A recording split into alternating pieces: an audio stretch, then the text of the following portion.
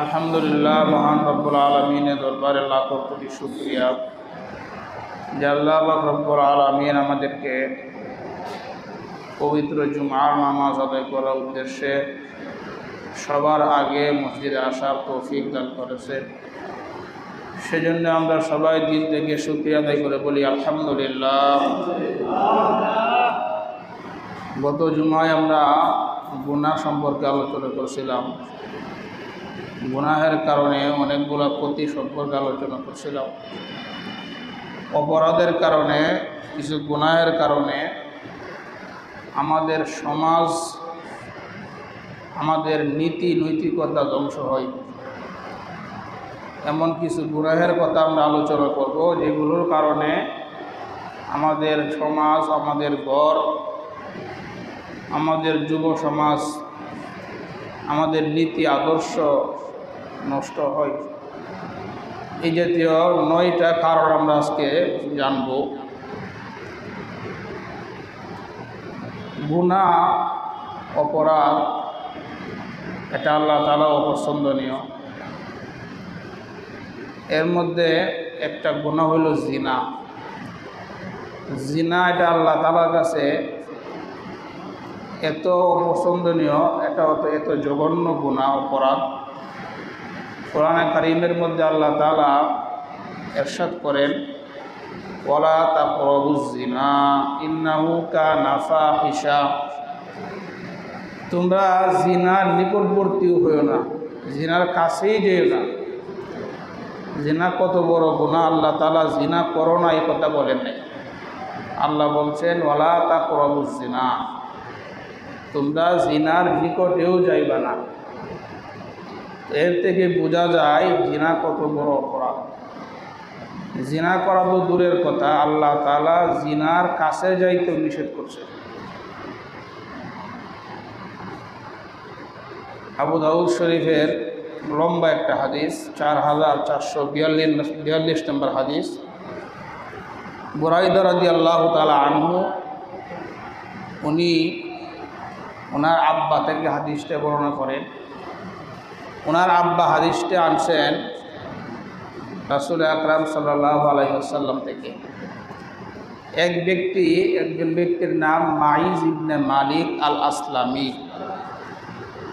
এই মাইজ ইবনে মালিক আল আসলামি উনি নবীজির কাছে একদিন আসলেন। আন্না মাইজ ইবনে মালিকিন আতা রাসূলুল্লাহ সাল্লাল্লাহু আলাইহি ওয়াসাল্লাম।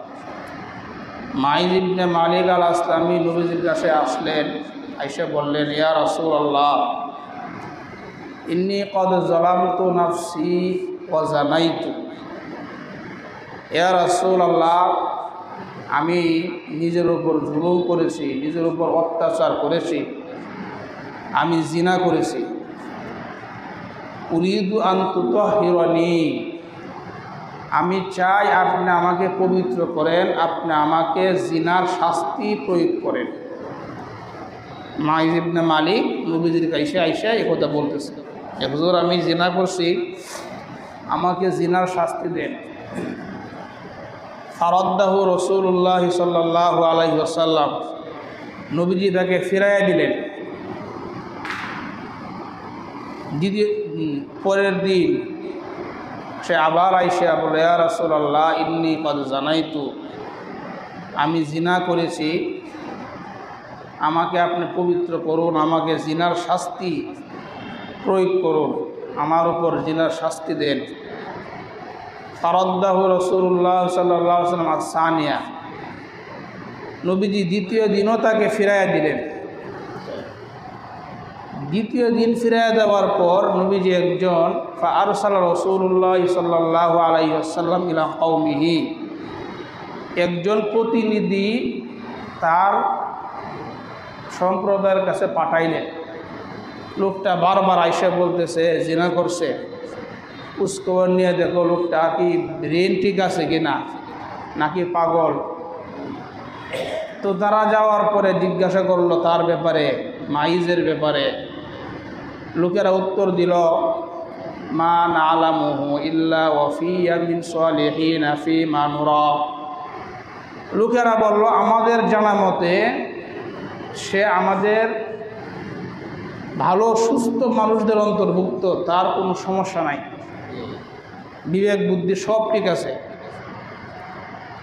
তৃতীয় দিন আবার গেল, যায় বলল, ইয়া রাসূলুল্লাহ ইন্নী ক্বাদ জানাইতু, আমি জিনা করেছি, আমি অপরাধ করে ফেলছি, আমাকে আপনি শাস্তি দেন। ফারাদ্দাহু রাসূলুল্লাহ, নবীজি তৃতীয় দিনও তাকে ফেরাই দিলেন। আবার নবীজি আরেক দল লোককে পাঠাইলেন, তারা যে আবার সংবাদ নিয়ে আসলো,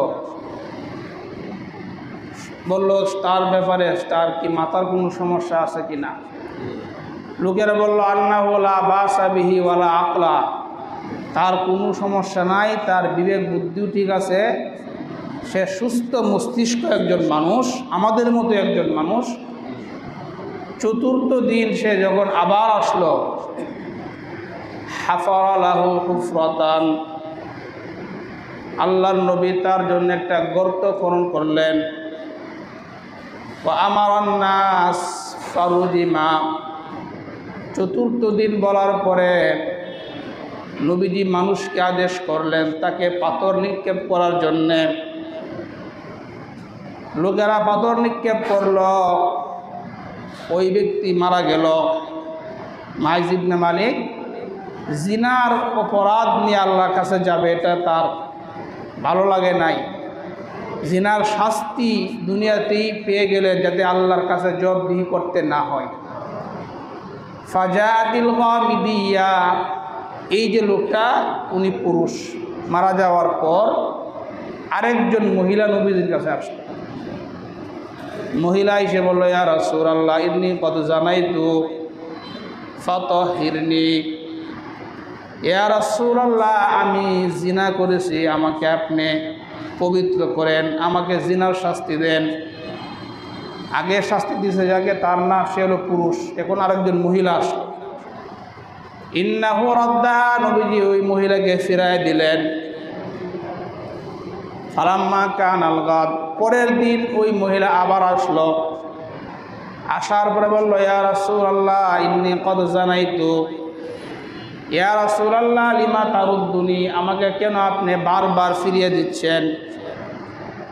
লাআল্লাকা আন তারুদ্দুনি কামা রাদাত্তা মাইজা, ইয়া রাসূলুল্লাহ আপনি কি আমাকে মাইজ নামক যে ব্যক্তিটাকে বারবার ফিরাইয়া দিলেন, 3 বার ফিরাই দিলেন, চতুর্থবার সময় আপনি শাস্তি দিলেন, আমার ব্যাপারেও কি আপনি এরকম আমাকে বারবার ফিরিয়ে দিবেন। ইয়া রাসূলুল্লাহ আপনার কি প্রমাণের প্রয়োজন। ওয়াল্লাহি ইন্নী লাহুবলা মিনাজ জিনা, ইয়া রাসূলুল্লাহ আমি যে জিনা করছি, আমি যে ব্যভিচার করছি, এটার সবচাইতে বড় প্রমাণ হইল আমি গর্ভবতী, আমি ব্যভিচারের সন্তান হয়ে গেছে, অবৈধ সন্তান আমার পেটে, আমি গর্ভবতী, এর চাইতে বড় প্রমাণ আর কি দরকার। এই মহিলা এই কথা বলল, হুজুর আমি যে জিনা করছি এটা জ্বলন্ত প্রমাণ যে আমি গর্ভবতী হয়ে গেছি, আমার পেটে অবৈধ সন্তান। নবীজি বললেন, ইম্মা লা ফাযহাবি হাত্তা তালিদি, তোমার পেটে এখন সন্তান, তুমি এখন যাও সন্তানটাকে প্রসব করো, সন্তানকে প্রসব করো, সন্তান জন্ম দেওয়ার পরে তোমার শাস্তি হবে। হাদিসের এখান থেকে বোঝা যায় একটা অবৈধ সন্তান, এই মহিলাটা জিনা করছে, অবৈধ একটা সন্তান তার পেটে। নবীজি অবৈধ একটা সন্তানকে নষ্ট করার অনুমতি দেয় নাই, বলছে তুমি কি করো, সন্তানটা প্রসব হইলে পরে আসবা। অবৈধ সন্তান নষ্ট করার, অবৈধ সন্তান হত্যা করার অনুমতি ইসলামে নাই, নবীজি দেয় নাই। অথচ মুসলমান আজকে বৈধ সন্তান নষ্ট করে, বৈধ সন্তান নষ্ট করে। নবীজি ওই মহিলাকে শাস্তি দিলেন না, বলে যাও সন্তান প্রসব হইলে পরে আসবা। কিছুদিন যাওয়ার পরে সন্তান যখন প্রসব হইল, সন্তান নিয়ে এই মহিলা সন্তানটাকে একটা কাপড়ের মধ্যে পেঁচায়া নবীজির কাছে উপস্থিত। ইয়া রাসূলুল্লাহ এই যে সন্তান হয়েছে ছেলে সন্তান। এই যে সন্তান নিয়ে আসলাম, আপনি আমাকে শাস্তি দেন। নবীজি বললেন, আরদিই হাত্তা তাফতিমি, এই সন্তানটাকে তুমি দুধ পান করাও। এরপরে সন্তান যখন অন্য খাবার ধরবে, অন্য খাদ্য খাবে, এরপরে তোমাকে শাস্তি দেওয়া হবে। এই হাদিস থেকে, এখান থেকে বোঝা যায় সন্তানের মায়ের দুধ পান করা এটা সন্তানের একটা দ্বিতীয় অধিকার, এটা সন্তানের অধিকার। এই অধিকার নবীজি নষ্ট করে নাই। আগে দুধ পান করাও। এই শিশু যখন অন্য খাদ্য গ্রহণ করবে তখন তোমাকে শাস্তি দেওয়া হবে।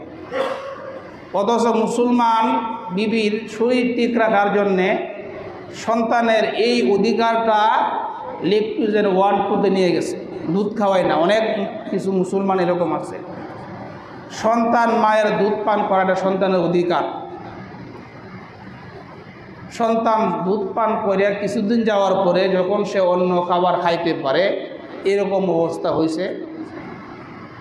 যখন সে অন্য খাবার নেওয়ার মধ্যে যোগ্যতা হয়েছে, ওই মহিলা এই সন্তানের হাতে একটা রুটি দিয়া আবার সন্তানকে নবীজির কাছে উপস্থিত। ইয়া রাসূলুল্লাহ, আপনি বলছিলেন সন্তান অন্য খাবার ধরার করে দুধ পান করানোর জন্যে। এই দেখেন সন্তান হাজা কালাত আমা, হুজুর দেখেন এই আমার সন্তান, সে এখন খাইতে পারে, আপনি আমাকে পবিত্র করেন, আমাকে জিনার শাস্তি দেন। সন্তানের তৃতীয় অধিকার, নবীজি সাল্লাল্লাহু আলাইহি ওয়াসাল্লাম এই সন্তানটাকে ফাদাফা নবী সাল্লাল্লাহু আলাইহি ওয়াসাল্লাম আনসার, নবীজি এই শিশুটাকে একজন আনসারি মুসলমানের দায়িত্ব দিলেন লালন পালন করার জন্যে। এই শিশুটাকে একজন আনসারিকে দিলেন, তুমি এই শিশুর দায়িত্ব গ্রহণ করবা।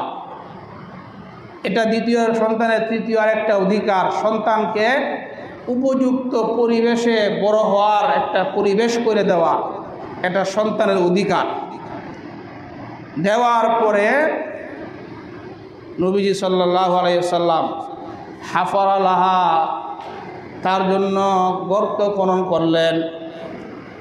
বুক পর্যন্ত গর্ত খনন করার পরে আমরা নবীজি পাথর নিক্ষেপ করার আদেশ করলেন। ফারুজিমু, মানুষ পাথর নিক্ষেপ করল। ফায়ুকবিলু খালিদ ইবনে ওয়ালিদ, উনি অগ্রসর হইলেন। অগ্রসর হইয়া খালিদ ইবনে ওয়ালিদ উনিও একটা পাথর নিক্ষেপ করলেন। পাথরটা ওই মহিলার মাথার মধ্যে যায় পড়ল। পড়ার পরে মাথা থেকে রক্ত ছিটে এসে খালেদের চেহারার মধ্যে পড়ল।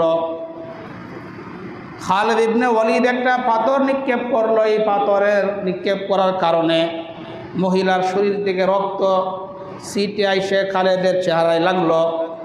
ফাসাব্বাহা, খালিদ ইবনে ওয়ালিদ একটা গালি দিলেন, এরকম মহিলার রক্ত আমার শরীরে কেন পড়ল?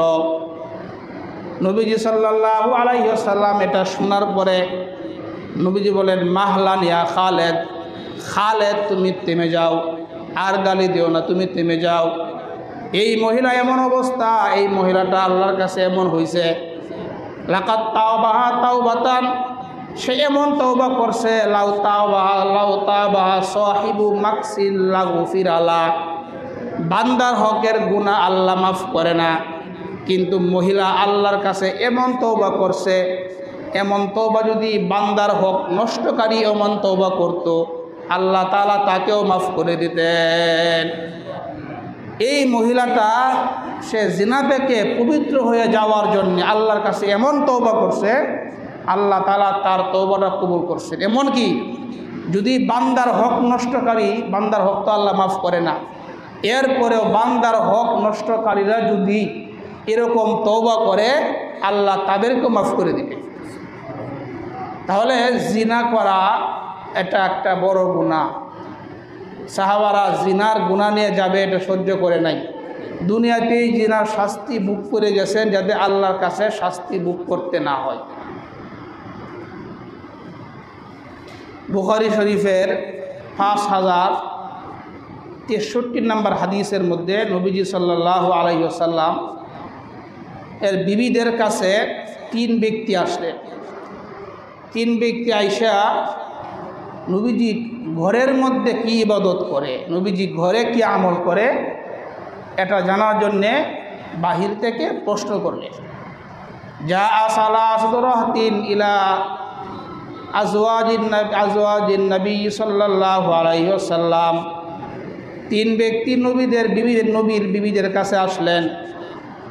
আয়েশা ইয়াসআলুনা আন ইবাদাতিন নবী সাল্লাল্লাহু আলাইহি ওয়াসাল্লাম, তারা নবীজির ইবাদত সম্পর্কে প্রশ্ন করল, নবীজি ঘরে কি করে। তাদের মানে ধারণা ছিল নবীজি হয়তো ঘরে সব সময় নামাজ পড়ে, সব সময় হয়তো ইবাদত বন্দেগী করে। নবীজি ঘরের মধ্যে ঘরের কাজ করে, বিবিদেরকে সহযোগিতা করে, নবীজি নিজের জুতা নিজে সেলাই করে, এগুলো তাদের ধারণা ছিল না।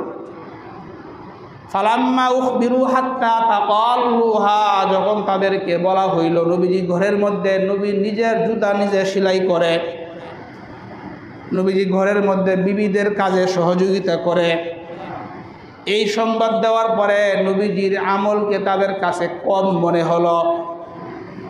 তাদের ধারণা ছিল নবীজি হয়তো সব সময় তাহাজ্জুদ পড়ে, সব সময় নফল পড়ে, সব সময় হয়তো জিকির আজকার, সব সময় হয়তো ইবাদত করে।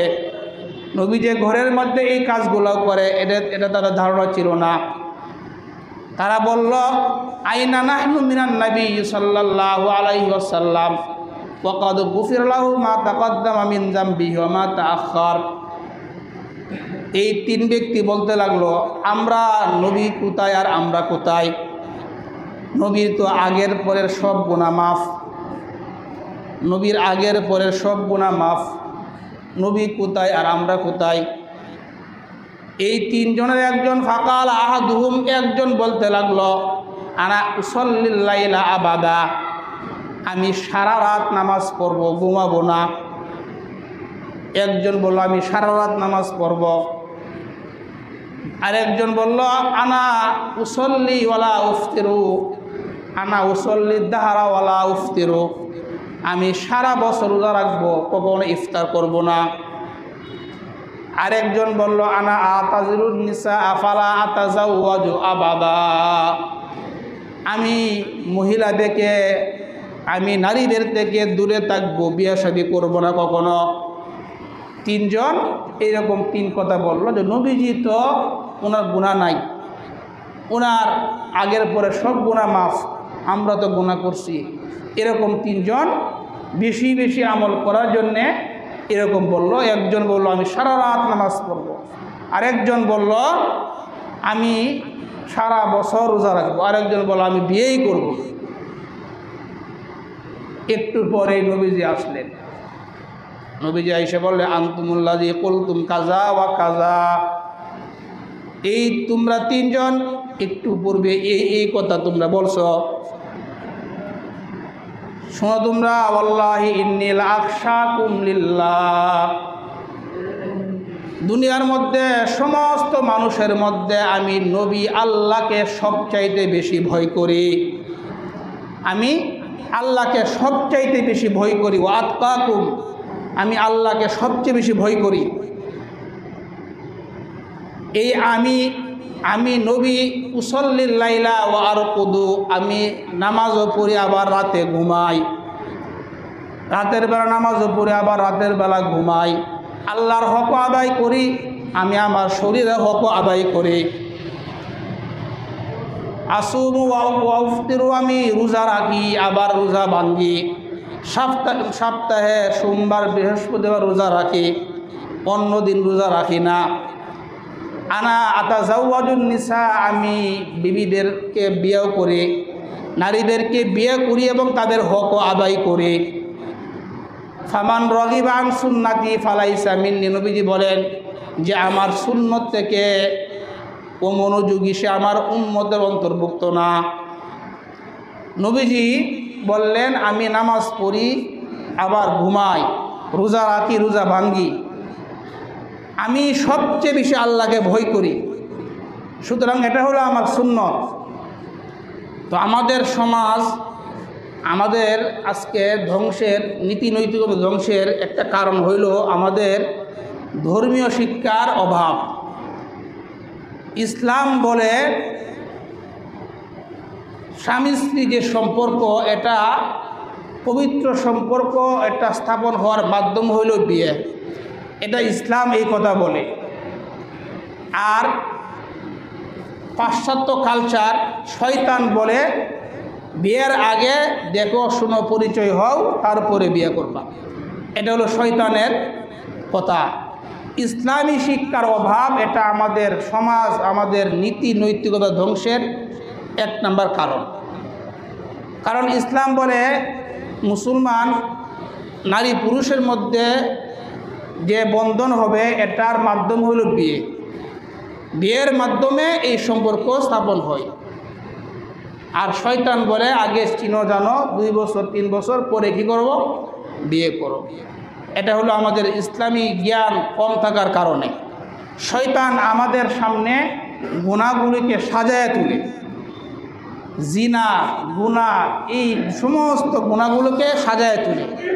সূরা হিজরের 39-40 নম্বর আয়াতের মধ্যে শয়তান বলতেছে, রব্বি বিমা আগওয়াইতানি লা উযায়্যিনান্না লাহুম ফিল আরদি ওয়া লা উগবিয়ান্নাহুম আজমাইন।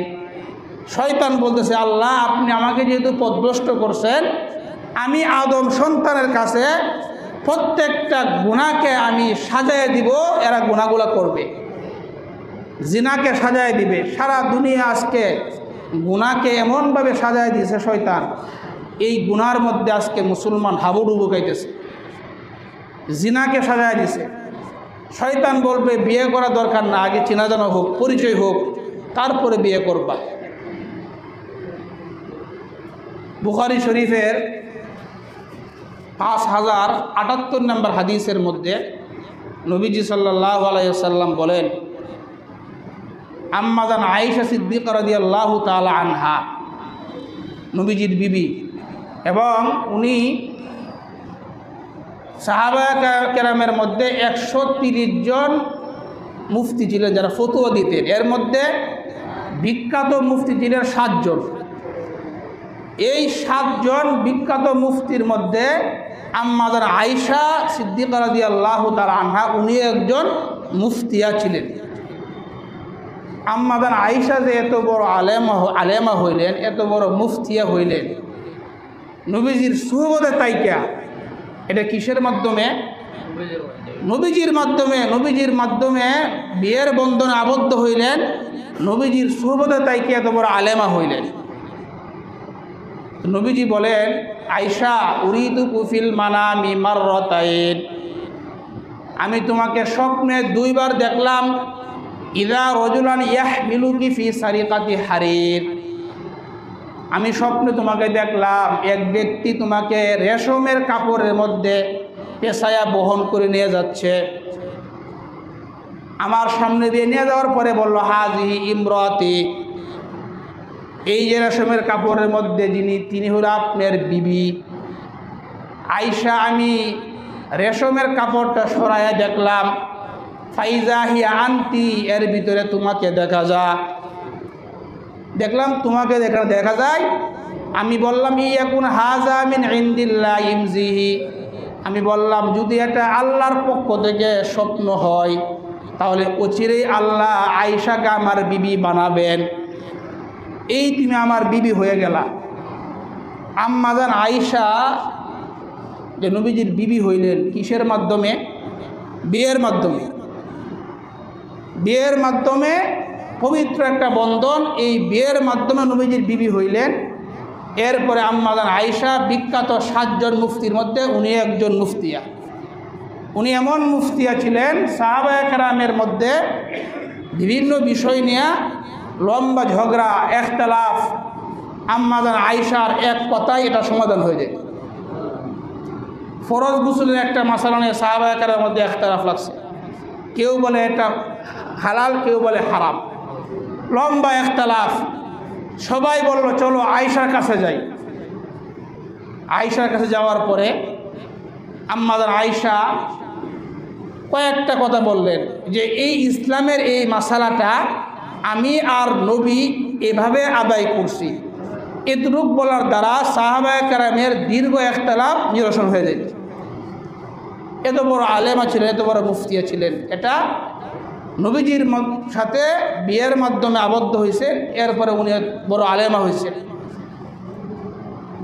বুখারী শরীফের আরেকটা হাদিসের মধ্যে 5069 নম্বর হাদিস, সাঈদ ইবনে জুবাইর রাদিয়াল্লাহু তাআলা আনহু আব্দুল্লাহ ইবনে আব্বাসের ছাত্র। এই সাঈদ ইবনে জুবাইর বলেন, আমাকে আমার উস্তাদ আব্দুল্লাহ ইবনে আব্বাস বলতেছেন, হে সাঈদ, হাল তাজাওয়াজতা, সাঈদ তুমি কি বিয়ে করছো? সাঈদ ইবনে জুবাইর বলেন, না আমি বিয়ে করি নাই। আব্দুল্লাহ ইবনে আব্বাস বললেন, তুমি এখনো বিয়ে করো নাই, তাজাওয়াজ, তুমি বিয়ে করো। ফাইন্না খায়রান নাসি আকসারুহা নিসাআ, এই উম্মতের শ্রেষ্ঠ মানুষ যিনি, তার অনেক একাধিক বিবি ছিল, তুমি এখনো বিয়েই করো নাই। সাঈদ ইবনে জুবাইরকে ওনার উস্তাদ আব্দুল্লাহ ইবনে আব্বাস বললেন, তুমি বিয়ে করো, কেননা এই উম্মতের শ্রেষ্ঠ মানুষটা যিনি, তার একাধিক বিবি ছিল, তুমি এখনো বিয়েই করো নাই। আব্দুল্লাহ ইবনে আব্বাস ওনার ছাত্রকে এই যৌবন হেফাজত করার জন্যে, গুনাহ থেকে বাঁচার জন্যে যেই কাজটা করতে বলে সেটা হলো বিয়া। কি বলছেন? বিয়ে করো, তাজাওয়াজ, তুমি বিয়ে করো, বিয়ের মাধ্যমে তুমি তোমার যৌবনকে তুমি হেফাজত করতে পারবা। এই কথা বলে নাই আগে কি করো, চেনা জানা করো, পরিচয় লাভ করো, এটা শয়তানের কথা। 4টা বিষয় সমস্ত নবীদের সুন্নত। তিরমিজি শরীফের 1080 নম্বর হাদিসের মধ্যে নবীজি বলেন, 4টা বিষয় সব নবীদের সুন্নত, আমাদের নবী সহ সমস্ত নবীদের সুন্নত 4টা বিষয়। ক্বালা রাসূলুল্লাহ সাল্লাল্লাহু আলাইহি ওয়াসাল্লাম, নবীজি বলেন, আল আরবাউ মিন সুনানিল মুরসালিন, 4টা বিষয় সমস্ত নবীদের সুন্নত। 1 নাম্বার আল হায়াউ, লজ্জা। 2 নাম্বার ওয়াত্তাতুরু, সুগন্ধি ব্যবহার করা। 3 নাম্বার ওয়াসিওয়াকু, মেসওয়াক ব্যবহার করা। 4 নাম্বার ওয়ান নিকাহু, বিয়ে করা। এই বিয়ে করা সমস্ত নবীদের সুন্নত। এই জন্যেই আমাদের সমাজ ধ্বংসের একটা অন্যতম কারণ আমাদের ইসলামী জ্ঞান নাই। ইসলাম বলে তুমি বৈধ সম্পর্ক করবা বিয়ের মাধ্যমে, আর পাশ্চাত্য শিক্ষা শয়তান বলে আগে প্রেম প্রীত করো, 2-3 বছর 7 বছর পরে বিয়ে করবা। এটা হলো শয়তানের কথা, এটা ইসলামের কথা না। বুখারী শরীফের 5066 নম্বর হাদিসের মধ্যে সাহাবায়ে কেরামের মধ্যে একদল সাহাবায়ে কেরাম যারা বিয়ে করার টাকা পয়সা নাই, নবীজির কাছে বসা তারা বলতেছে, আমরা কয়েকজন সাহাবায়ে কেরাম নবীর কাছে বসা, আমাদের টাকা নাই, পয়সা নাই, লা নাজিদু শাইআ, যে বিয়ে শাদী করবো, মোহর দেবো, টাকা পয়সা নাই। নবীজি আমাদের যুবকদেরকে বললেন, ইয়া মাশারা শাবাব, হে যুব সম্প্রদায়, মানিস্তাতা মিনকুমুল বাআতা ফালয়াতাজাওয়াজ, হে যুব সম্প্রদায়, তোমাদের মধ্যে যারা বিয়ে করতে সক্ষম, যারা বিয়ের খরচ বহন করতে সক্ষম, ফালয়াতাজাওয়াজ, তারা যেন বিয়ে করে। ওয়ামান লাম ইয়াস্তাতি ফালাইহি বিসসাওম, আর যারা টাকা পয়সা না, যারা বিয়ে করতে সক্ষম না, তারা যেন রোজা রাখে। তারা যেন কি করে? রোজা রাখে। ফাইন্না লাহু বিজা, নবীজি বলেন এই রোজা তোমার যৌন চাহিদাকে, যৌন কামনাকে দমায় রাখবে। তাহলে নবীজি যুবকদেরকে বললেন, টাকা পয়সা হইলে বিয়ে করো, আর টাকা পয়সা যদি না থাকে তাহলে কি করো? রোজা রাখো। গুনাহ করার কোনো অপশন নবীজি বলে যায় নাই। এই জন্যে আমাদের যুবক ভাই যারা সামর্থ্যবান, টাকা পয়সা আছে, গুনাহ থেকে বাঁচার জন্যে অন্যতম মাধ্যম হলো বিয়ে করা।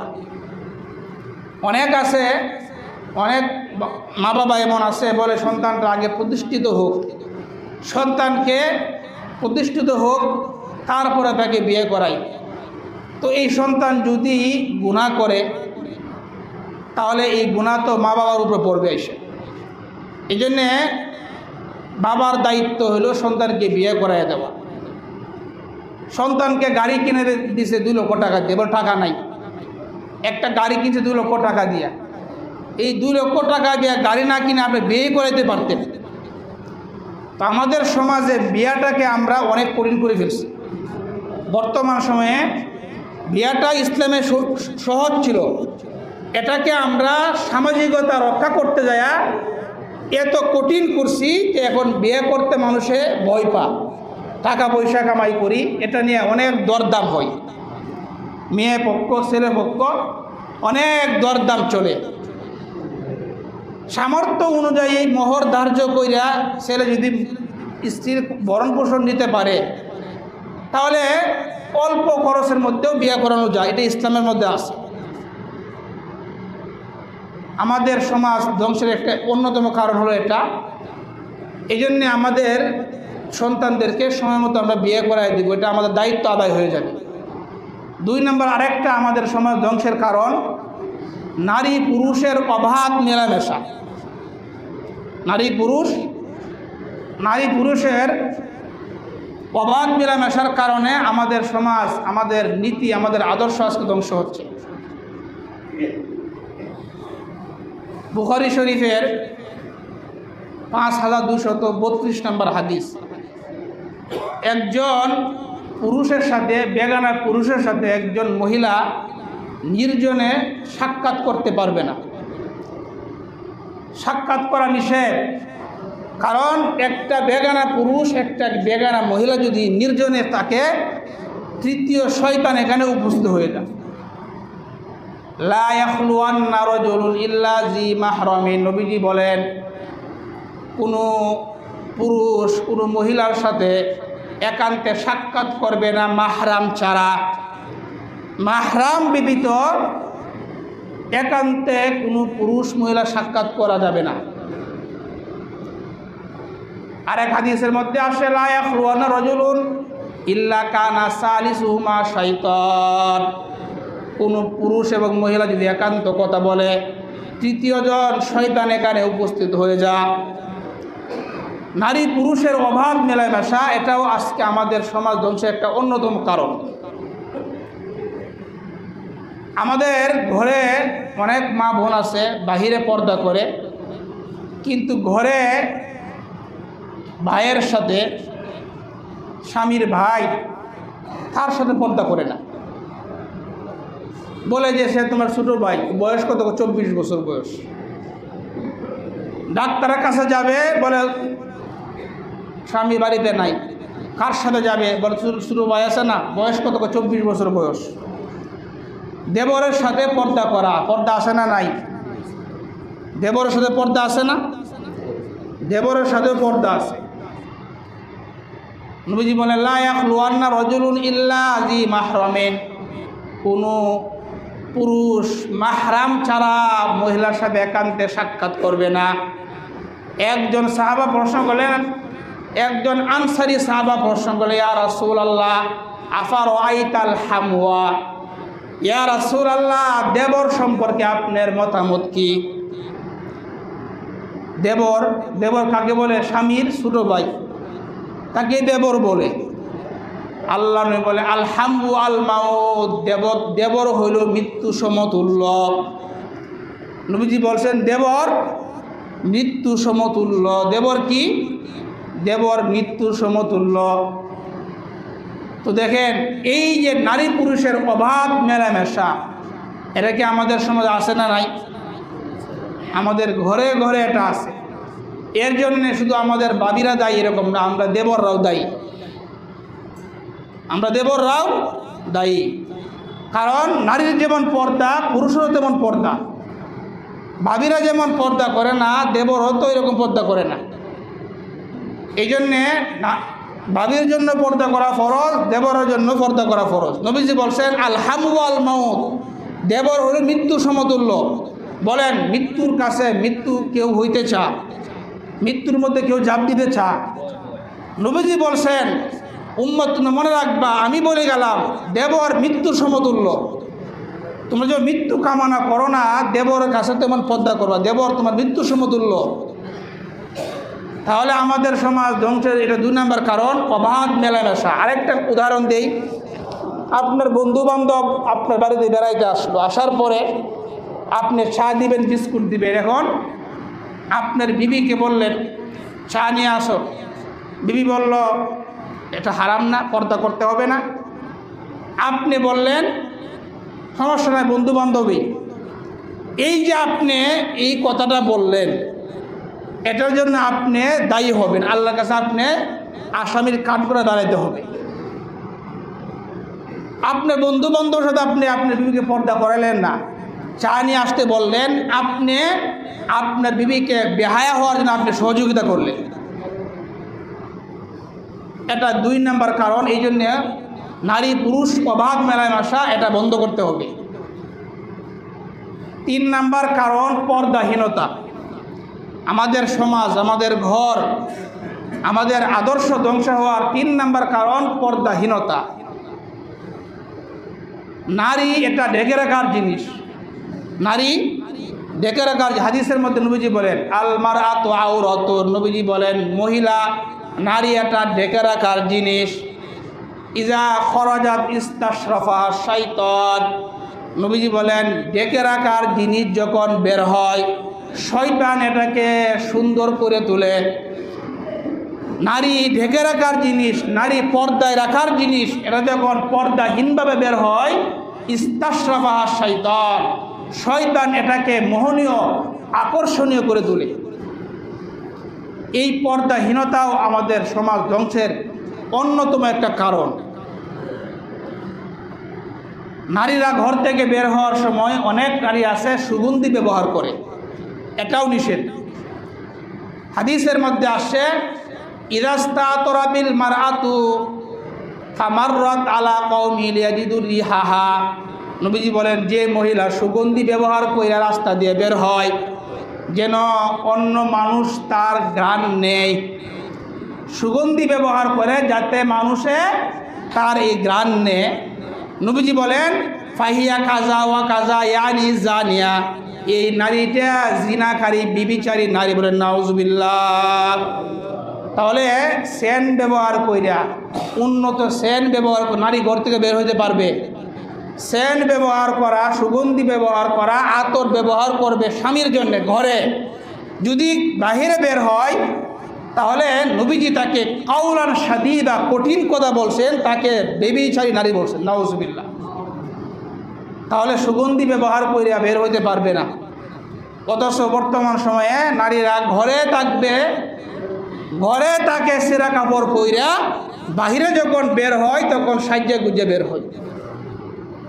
এই পর্দাহীনতা আমাদের সমাজ, আমাদের নীতি, আমাদের আদর্শ ধ্বংসের একটা অন্যতম কারণ। 4 নম্বর কারণ দৃষ্টির অপব্যবহার। আমাদের দৃষ্টির অপব্যবহার। হাদিসের মধ্যে নবীজি বলেন কুল্লু আইনিন জানিয়া, প্রত্যেক দৃষ্টি জিনাকারী, প্রত্যেক দৃষ্টি জিনাকারী। আন নাজরু জিনাহুমা, নবীজি বলেন চোখের দৃষ্টি হলো আল আইনান জিনাহুমা। আর নাজরু, চোখের জিনা হলো চোখ দিয়ে দেখা, চোখের জিনা চোখ দিয়ে দেখা। ওয়াল উজুনান জিনাহুমা আল ইস্তিমা, কানের জিনা হলো কান দিয়ে শ্রবণ করা। তাহলে 4 নম্বর কারণ দৃষ্টির অপব্যবহার। 5 নম্বর কারণ হলো কথার অপব্যবহার। কথার অপব্যবহার। রং নাম্বারে ঘন্টার পর ঘন্টা কথা বলার কারণে 4-5টা সন্তানের মা অন্য পুরুষের সাথে চলে গেছে, এরকম ঘটনা আসছে না নাই? এই যে কথার অপব্যবহার করার কারণে অনেক সংসার আজকে ভেঙে যাচ্ছে। রং নাম্বারে কথা বলে, কথা বলতে বলতে বলে তোমাকে তো ভাল লাগছে, ভাল লাগতে লাগতে 3-4 সন্তান রাইকা অন্য পুরুষের ঘরে চলে যাবে, নাউজুবিল্লাহ। এই জন্য নবীজি বলেন আল কালামু জিনা, এই মুখের কথা হলো মুখ দিয়ে কথা বলা, মুখের জিনা হলো মুখ দিয়ে কথা বলা, এটা মুখের জিনা। পায়ের জিনা হলো পা দিয়ে হেঁটে যাওয়া। এই কথার অপব্যবহার এবং দৃষ্টির অপব্যবহার, এই কারণগুলোর জন্য আজকে আমাদের সমাজ ধ্বংস হচ্ছে। 6 নাম্বার কারণ, একটা ভালো মহিলা, একটা মহিলা আসলে দিনদার ভালো, কিন্তু যদি সে একা একা ঢাকা যাওয়ার ক্ষেত্রে কয়েক জায়গায় হয়তো নাস্তার জন্য বিরতি দেওয়া লাগে কি না, হয়তো নাস্তার জন্য কি বিরতি দিবে। তো এই মহিলাটা বারবার উঠানামা করে একা একা সফরে বের হয়েছে, বলেন এই মহিলাটা বিপদে পড়ার সম্ভাবনা আছে না নাই? 6 নাম্বার কারণ, মহিলা একাকী সফর করা, এটাও আমাদের সমাজ, আমাদের নীতি নৈতিক ধ্বংসের কারণ। কারণ ইসলামের মধ্যে একাকী সফর করার অনুমতি নাই। নবীজি বলেন লা তুসাফিরুল মারআতু ইল্লা মা'জি মাহরামিন, মাহরাম ছাড়া মহিলা সফর করবে না, মাহরাম ছাড়া মহিলা ঘর থেকে বের হইতে পারবে না। এটা 6 নাম্বার কারণ। 7 নাম্বার কারণ, স্বামী স্ত্রী দীর্ঘদিন দূরে থাকা। বিয়ে করার পরে স্বামী স্ত্রী যদি দীর্ঘদিন দূরে থাকে তাহলে তারা গুনায় জড়িত হয়ে পড়ার সম্ভাবনা আছে না নাই? দীর্ঘদিন স্বামী স্ত্রী দূরে থাকার কারণে স্বামীকেও শয়তান ধোঁকা দিতে পারে, স্ত্রীকেও শয়তান ধোঁকা দিতে পারে। এই জন্যে তিরমিজি শরীফের 1172 নম্বর হাদিসের মধ্যে নবীজি বলেন লা তালিজু আলাল মুগিবাত, তোমরা প্রবাসী স্ত্রীদের কাছে তোমরা গমন করবা না, যাদের স্বামী বাহিরে থাকে তাদের কাছে তোমরা গমন করবা না। ফাইন্না শাইতানা ইয়াজরি মিনাল ইনসানি মাজরাদ দাম, কেননা শয়তান তোমাকে এখানে ধোঁকা দেওয়ার সম্ভাবনা আছে। তোমাকে ধোঁকা দিতে পারে তার স্বামী বাড়িতে নাই, সেও ধোঁকা খাইতে পারে আমার স্বামী বাড়িতে নাই। এই জন্য নবীজি বলেছেন লা তালিজু আলাল মুগিবাত, প্রবাসী স্ত্রীদের কাছে তোমরা গমন করবা না, কেননা শয়তান তোমাদের রগে রগে চলার ক্ষমতা রাখে। সাহাবায়ে কেরাম প্রশ্ন করলে ইয়া রাসূলুল্লাহ ওয়ামিনকা ইয়া রাসূলুল্লাহ, হুজুর আপনার রগে রগে কি শয়তান চলে? নবীজি বলেন হ্যাঁ, তবে ওয়ালাকিন্নাল্লাহ আ'নানি ফা আসলাম, আমাকে আল্লাহ তাআলা সাহায্য করেন এই জন্য আমি নিরাপদ থাকি। তাহলে শয়তান আমাদের রগে রগে চলাচল করে। এই জন্য নবীজি বলেন লা তালিজু আলাল মুগিবাত, যে সমস্ত নারীদের স্বামী বাড়িতে থাকে না তাদের কাছে তোমরা গমন করবা না, করলে তোমাকে শয়তান ফিতনায় ফেলতে পারে, তাকেও ফেলতে পারে। এটা হলো 7 নাম্বার কারণ। 8 নাম্বার কারণ, মহিলারা আটো পাতলা জামা কাপড় পরিধান করা, এটাও আমাদের সমাজ ধ্বংসের কারণ। মুসলিম শরীফ হাদিসের মধ্যে আসছে, নবীজি বলেন 2 প্রকারের মানুষ, 2 প্রকারের জাহান্নামে আমি দেখি নাই। সিনফানে মিন আহলিন নার লাম আরাহুমা, 2 প্রকারের জাহান্নামে এদেরকে আমি দেখি নাই। 1 নাম্বার কওমুন সিয়াতুন কাযনাবিল বাকার ইয়াজরিবুনা বিহান নাস, 1 প্রকার মানুষ হইল তারা যাদের হাতে গরুর লেজের মতো লাঠি থাকবে, এই লাঠি দিয়া মানুষকে এরা প্রহার করবে, এদেরকে আমি দেখি না, এরা জাহান্নামী। 2 নাম্বার ওয়ানিসাউন কাসিয়াতুন আরিয়াতুন মুমিলাতুন, ওই নারী যারা কাপড় পরিধান করে উলঙ্গ, কাপড় পরেও এরা উলঙ্গ, এমন কাপড় পরিধান করে এরা কাপড় পরছে না পরছে এটাই বোঝা যায় না। মাইলাতুন মুমিলাতুন, এরাও অন্যের দিকে আকৃষ্ট হয়, এদের দিকে অন্যকে আকৃষ্ট করে, এরাও হইল জাহান্নামী। নবীজি বলেন লা ইয়াদখুলুল জান্নাহ ওয়ালা ইয়াজনিনা রিহাহা, এই 2 প্রকার মানুষেরা এরা জান্নাতে প্রবেশ করবে না, এমনকি এরা জান্নাতের ঘ্রাণও পাবে না। তাহলে বলেন এই যে একটা জামানা, নবীজি বলছেন এমন কাপড় পরে উলঙ্গ, এই জামানা কি সামনে আসবে না? এখনই চলতেছে। তাহলে বলেন এদেরকে নবীজি বলছে এরা জাহান্নামী নারী। এটা 8 নাম্বার কারণ আমাদের সমাজ ধ্বংসের। 9 নাম্বার কারণ,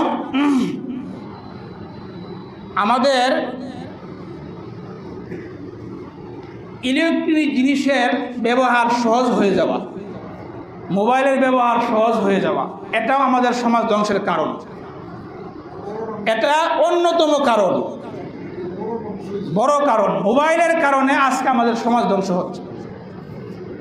বিয়ের আগে বিশেষ করে আমি বলি, বিয়ের আগে ছেলে মেয়েকে, বিশেষ করে মেয়েদের হাতে ফোন দেওয়া, এটা তাদের হাতে বিষ তুলে দেওয়ার মতোই। বিয়ের আগে সন্তানদের হাতে ফোন দেওয়া, এটা তার হাতে বিষ দেওয়ার মতোই। কারণ এই যে বললাম, ইহুদি খ্রিস্টানরা আমাদেরকে জাহান্নামে নেওয়ার জন্যে যত রাস্তা দরকার সব রাস্তায় এরা কাজ করতেছে। এর অন্যতম একটা রাস্তা হলো এই স্মার্টফোন। এর মাধ্যমে আমি আপনি আমরা সবাই আমাদেরকে জাহান্নামী করা এরা কাজ করে যাচ্ছে এবং এরা অনেকটা সফল হয়ে যাচ্ছে। এই ইলেকট্রিক জিনিসের ব্যবহার, এটার অপব্যবহার থেকে আমাদের বাঁচতে হবে। এটাকে সব সময় ব্যবহার করা যাবে না, এটাকে প্রয়োজন মনে করতে হবে। 24 ঘন্টা ইন্টারনেট ব্যবহার যে করবে, সে যত বড় আল্লাহওয়ালা হোক, সে ভালো থাকতে পারবে না। এবং একাকী ইন্টারনেট যারা ব্যবহার করবে, গোপনে যারা ব্যবহার করবে, এই জন্যে এটার উপকারিতাকে গ্রহণ করা, এটা একটা বর্তমানে একটা চ্যালেঞ্জ। এটা আল্লাহর বড় একটা তৌফিকের প্রয়োজন। এই ইলেকট্রিক যন্ত্রের ব্যবহার, এটাকে আমাদের হিম্মত কইরা, যদি প্রয়োজন না থাকে এটা ব্যবহার না করেন, আর প্রয়োজন যদি থাকে প্রয়োজন পরিমাণ ব্যবহার করেন। অল টাইম আপনি দেখবেন, আপনি ঢুকবেন ফেসবুকে, একটা সংবাদ দেখি, আপনি বলেন সংবাদ দেখার জন্য সারাদিন দেখতে হয় সংবাদ। আপনি একটা রুটিন করেন যে আমি দৈনিক 1 ঘন্টা আমি সংবাদটা দেখব, এরপর আমি আর নেট চালু করব না। এরকম একটা রুটিন চালু করলে আশা করা যায় বাঁচা সম্ভব। আর যদি বলেন সব সময় আপনি ফেসবুক দেখবেন, তাহলে আপনি 24 ঘন্টায় আপনার গুনাহ হবে। আল্লাহ তাআলা আমাদেরকে এই একটা মহামারী থেকে আমাদেরকে বাঁচার তৌফিক দান করেন। শেষ কথা হলো, আল্লাহর ভয় যার ভিতরে থাকবে, স্বামী এবং স্ত্রী তারা একে অপরকে উভয়কে তারা বলবে ইত্তাকিল্লাহ হাইসুমা কুনতা। স্বামী স্ত্রীকে বলবে তুমি আল্লাহকে ভয় করো, স্ত্রী স্বামীকে বলবে তুমি আল্লাহকে ভয় করো। কেউ না দেখুক, আল্লাহ তোমাকে দেখবে। এই কথাটা একে অপরকে বলা, আল্লাহকে ভয় করো, ইত্তাকিল্লাহ হাইসুমা কুনতা। তুমি যেখানেই থাকো আল্লাহ তোমাকে দেখতেছেন। আমরা যেখানেই থাকি আল্লাহ আমাদেরকে দেখেন, আমরা যা করি আল্লাহ আমাদের সব দেখতেছেন। এটা আমাদের ভিতরে রাখলে আশা করা যায় এই জাতীয় গুনাহ থেকে বাঁচতে পারবো। তাহলে আমাদের সমাজ ধ্বংসের 9টা কারণ বললাম। আল্লাহ পাক রব্বুল আলামিন আমাদের সকলকে এগুলো থেকে বাঁচার তৌফিক দান করুন।